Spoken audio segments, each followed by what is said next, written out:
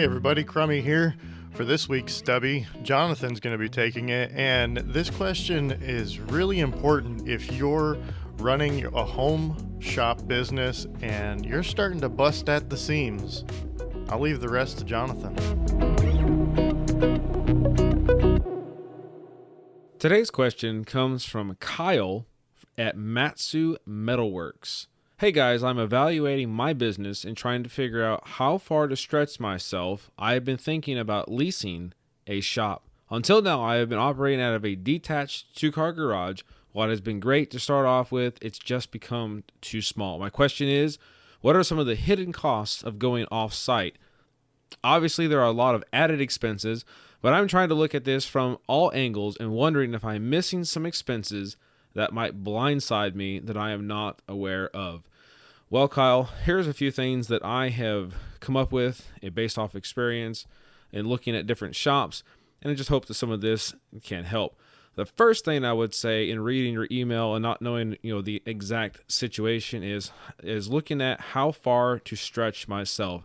My advice is don't stretch yourself beyond your means. One of the number one failures for small businesses is stretching yourself way beyond what you can afford. You might think that you're outgrowing your shop, and you very well might be, but financially, you may or may not be able to afford that new shop or that lease. And so one of the first things that I would advise doing is looking at what you're going to be spending for a lease, for a rent, or potentially even buying a place, and setting aside that rental or lease payment of 2 to 3 months and expenses if you can swing it. That's going to help out a lot when you enter into a lease, especially since it's going to lock you in for a predetermined amount of time. If it makes sense, so far as your finances, and you can look at the numbers and say, yes, we can make this work, there's still enough profit, even with going into a lease agreement and growing our business, go for it. Make the jump. Definitely don't hold yourself back.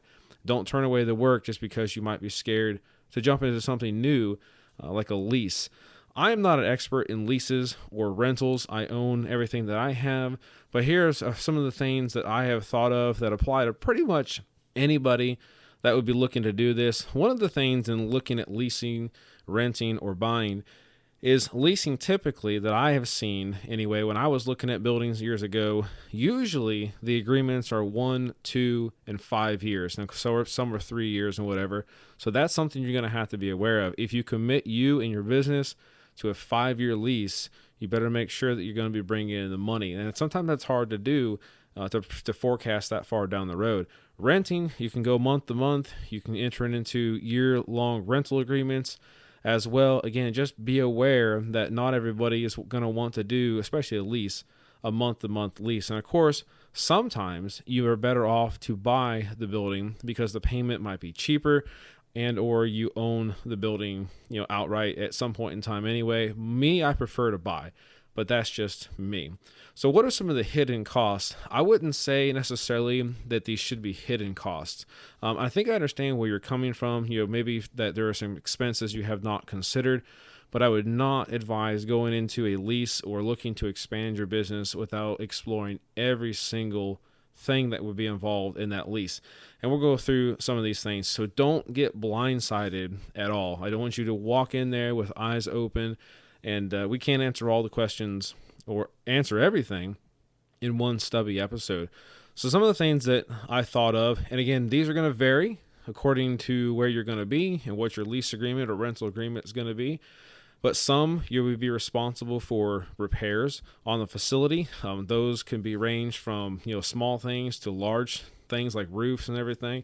I've seen a lot of different things with leases, so that's something to consider there.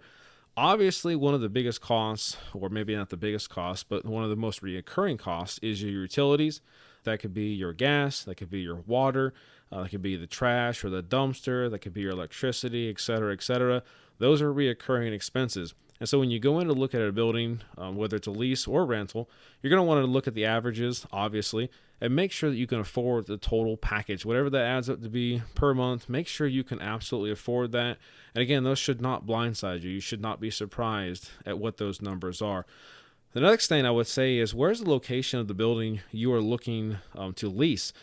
Some buildings are in the city limits and you would be subject to city taxes. And again, every place is different.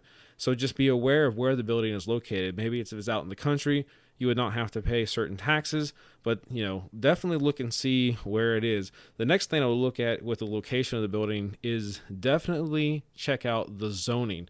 You are going to want to make sure that the building is zoned, if that applies to you. It doesn't always apply. That it is zoned to allow you to do your business, to allow you to be a manufacturer, to allow you to be a welding shop or whatever business is. For anybody else that's listening to this that you would want to set up with. I was looking at buildings years ago, and I didn't really give this much of a thought.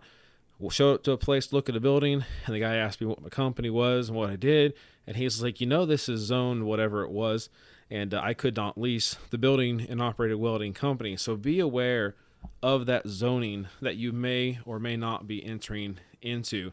Your permits, those are also going to be something that you probably already, deal with now, but I've seen different permits that you have to have based on different locations. Again, that's something you're going to have to look at based on where you are.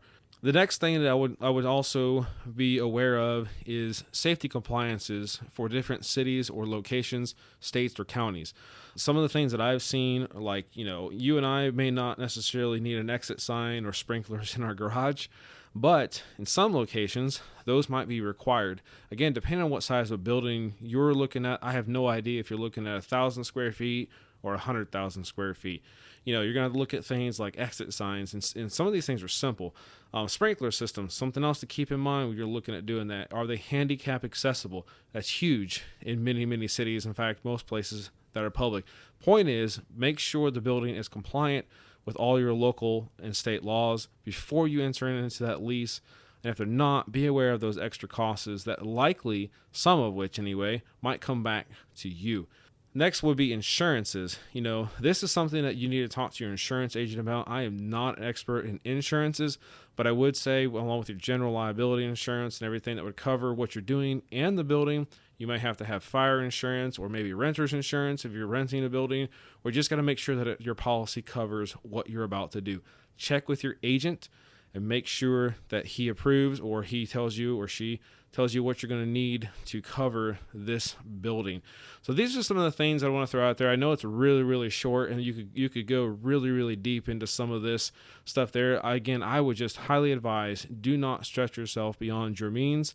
I don't necessarily think that's what you meant, but I just want to emphasize that. Don't stretch beyond your means. Try to save up the money that you have as a safety net for several months, or maybe even 6 months. I don't know what your finances are able to handle, and just enter into it wisely. Ask a lot of questions, because if you do enter into a lease agreement that's 2, 3, or 5 years, you're stuck. I mean, maybe there's ways to get out, but you're stuck, and you need to make absolutely sure you can afford that building. I hope that helps. I hope that answers some questions, and let us know how it all turns out. Well, there you have it. That's it for this week's Stubby. Hopefully it helped in some way, shape, or form. If you've got a question you'd like to hear answered on a Stubby episode, be sure to email us at weldingtipsandtrickspodcast@gmail.com or shoot us a DM on Instagram. Until next week, have a great one.